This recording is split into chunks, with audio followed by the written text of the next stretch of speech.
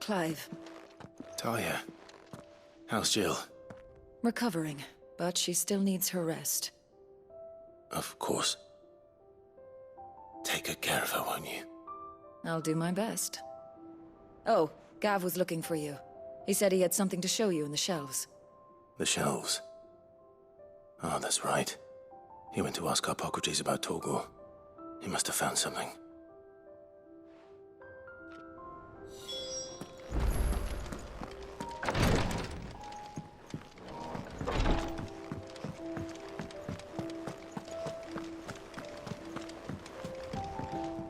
And how may I assist you today?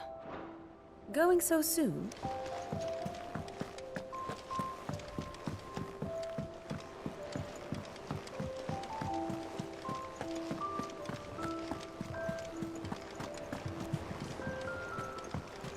Jill looked white as a sheet when they brought her.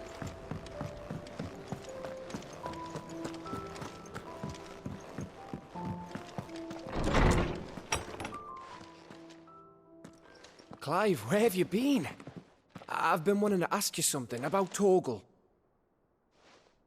Where did you get him, like, in the first place? My father brought him back from one of his expeditions into the Northern Territories. They were crossing a snowfield when they heard his cries, and seeing no sign of his pack, they took him in. What do you reckon, Tomes? It certainly adds weight to the theory. Clive, I believe that Torgal may be no mere hound, but a rare frostwolf, an animal native to the far northern reaches of Valisthea. In one of our oldest bestiaries, I found reference to a frostwolf who served as guardian to an ancient queen of the north. Such was his mastery over ether, he could cast magics on command. His name was Fenrir. Fenrir the Frostwolf. Now, the annals do not state it explicitly, but I have reason to believe this queen was a dominant of Shiva, a girl from the Northern Territories and her faithful hound. One awakens as the dominant of Shiva, and the other? You're saying that Jill granted Torgal his powers? What? Just like Fenrir. People called him my hound, but Torgal and Jill were inseparable. He grew up as a faithful companion to the dominant of Shiva, and years later, his powers awakened, just when his master needed him the most. You're right. If it weren't for Torgal blasting those bastards to Kingdom Come, Jill would have been for it. Quite.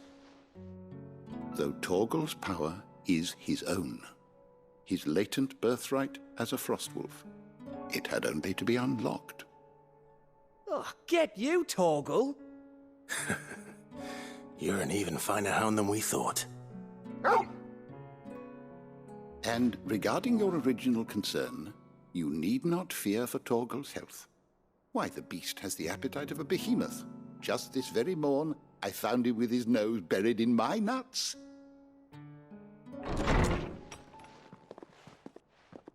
you are! I've been looking everywhere for you. Bernard's here. I need you to introduce us so we can get to work. I shall be a moment.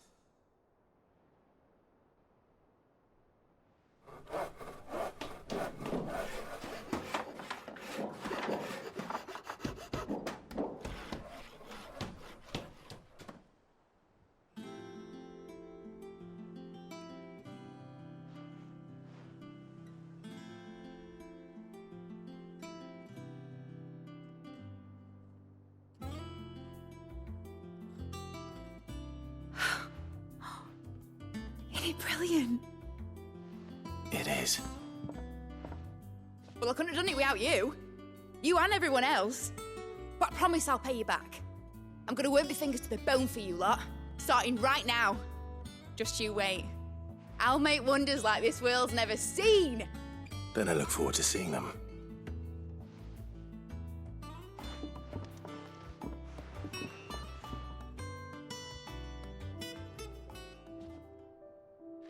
Now that that's settled, I wonder if Vivian's made any progress tracking down Kupka.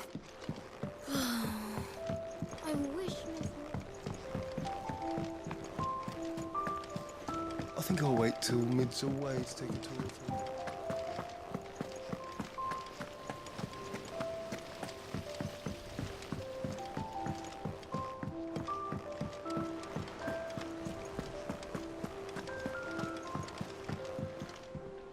How goes the hunt for Kupka? Largely in circles. We have myriad sightings of strange soldiers in unexpected places, but nothing definitive as yet. If only we knew for certain by what route he left Rosalith. Well, keep at it. If anyone can piece this puzzle together, it's you. And I'm willing to wait as long as it takes.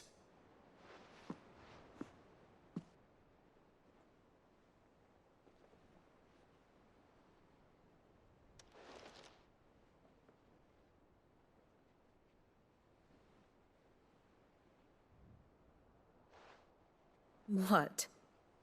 Here? Would that be a problem? Do you know, Clive? I believe it a mercy that you didn't inherit your father's throne. Your poor people would surely live in fear of you. You have nothing to worry about on that front. I won't be claiming his crown. That is a relief. Clive, have you got a minute? We, have a guest. A guest?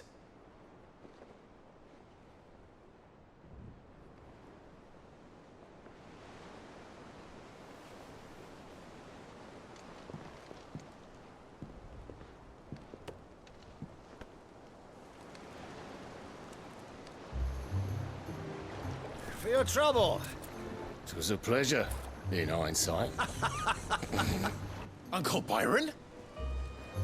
Clive, my boy! Tap a cask and stoke the ovens for your favourite uncle is here!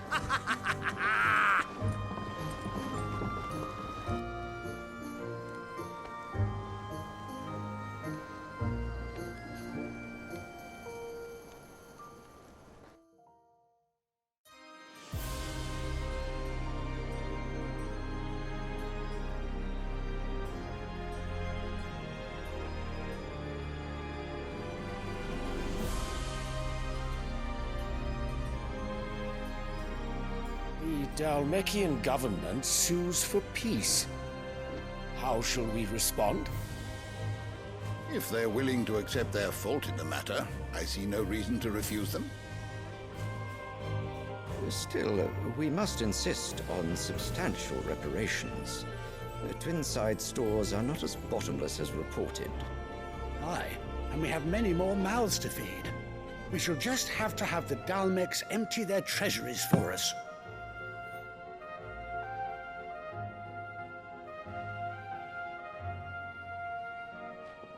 Of course, none of this would have been possible without your timely intervention, Prince Olivier. Indeed, I doubt any of us would have had the courage to trade words with the mighty Titan, nor less the wit to win him over. The Empire owes you a great debt. May the blessing of the crystals go with you, Your Highness. May the blessing of the crystals go with you. Very good.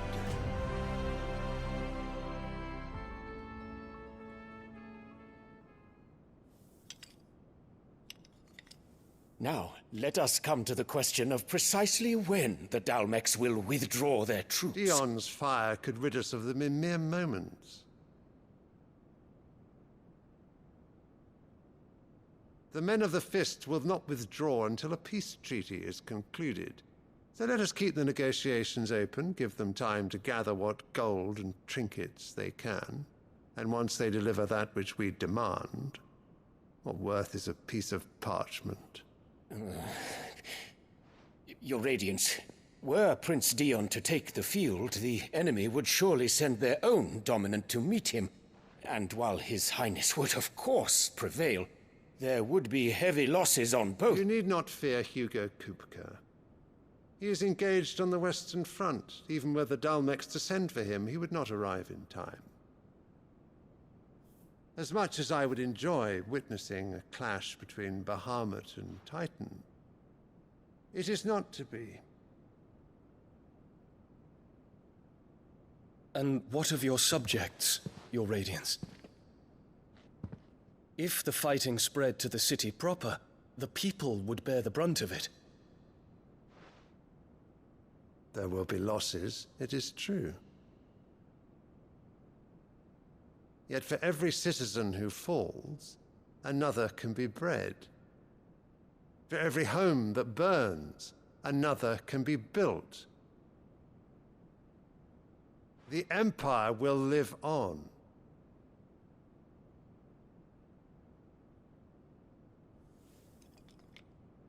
Dion? Yes, sire.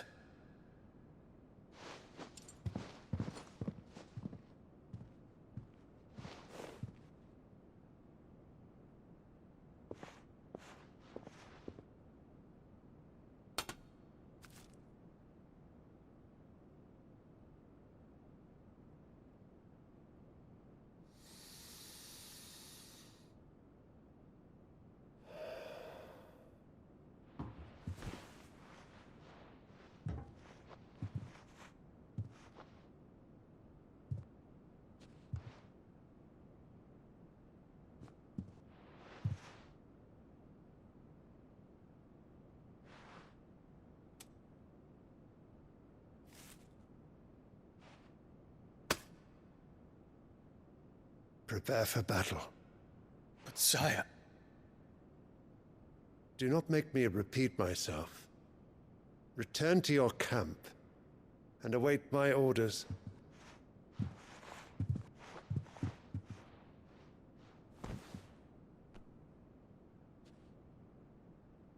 If that is your wish, your Radiance, I shall depart at once.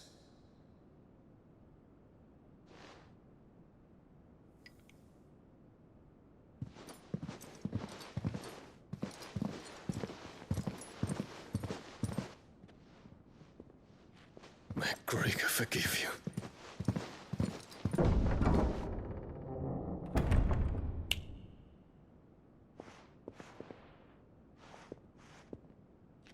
What do the astrologers augur?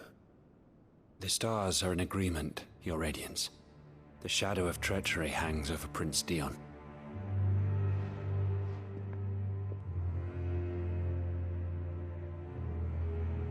So Annabella's tales were true. You disappoint me, Dion.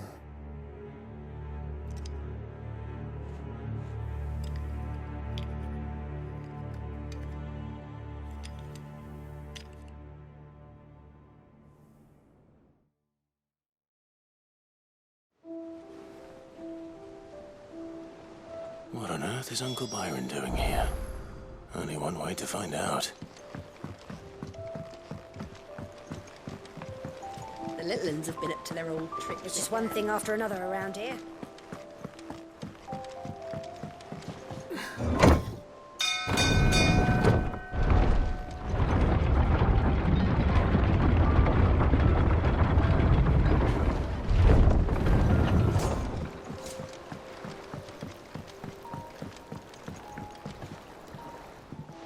My dear nephew, how I've missed you.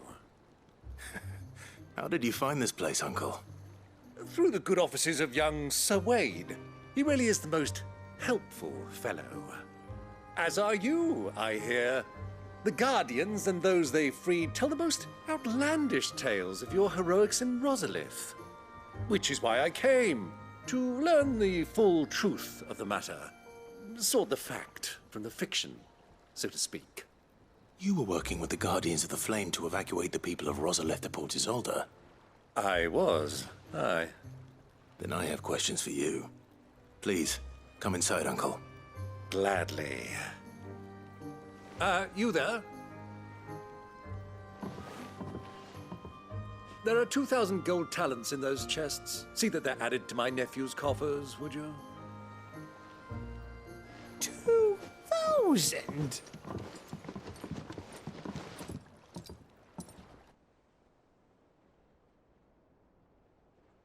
And I'm afraid that is all I know. A fleet sailing south past Port Isolde. Most intriguing.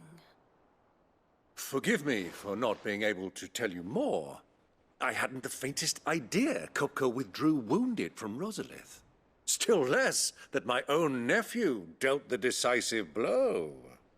What do you think, Vivian? I think, with this news of the Dalmekian fleet and recent reports of the Royalists' movements, that the final piece of the puzzle has fallen into place. Come here and I'll show you.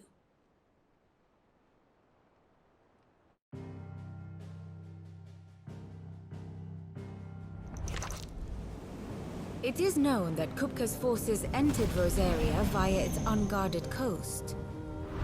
So can the same be said of your visitors from Waloed? Certainly, her Royal Navy is famed for the efficiency with which it bears her knights from one battlefield to the next. And in the Einherjar, or Black Galleon, she boasts a vessel nigh as swift and every bit as feared as the kingdom's legendary cavalry. A fitting flagship for a land apart, her naval presence being crucial to her ambitions beyond Ash.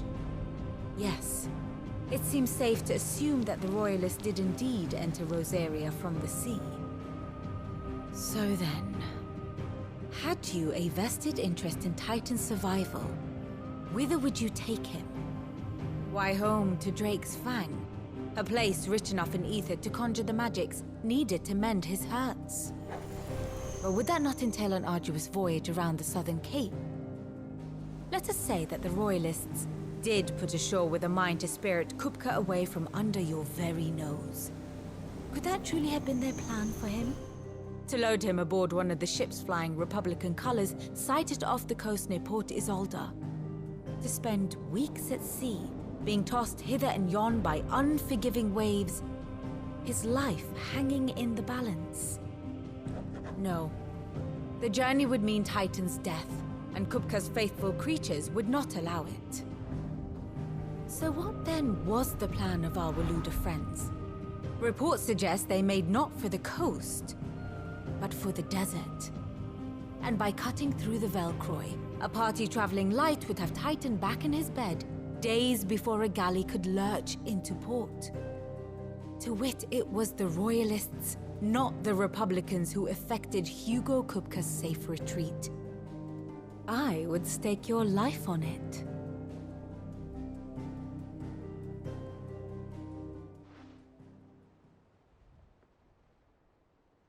So it was the Waludas who spirited the wretch away. Now I think about it, there was something a little strange about the ships I saw. The men seemed almost crestfallen, as if in mourning, as if they believed, or were made to believe, that their master was dead. You have a keen mind, Lord Rosfield. And you have your answer. To find Kupka, you have merely to follow the Royalist trail across the Velcroy. It may well have gone cold by now, but as they say in the Republic, all roads lead to Drake's Fang. Allow me to accompany you part of the way. As luck would have it, I had intended to journey Canverward on business after visiting you here. The Fang would be but a short detour. I'd be glad of the company. Give me a moment to make ready. I need to tell my friends what we've learned, and where we're going. Very well, but be quick about it, my boy. Time waits for no man.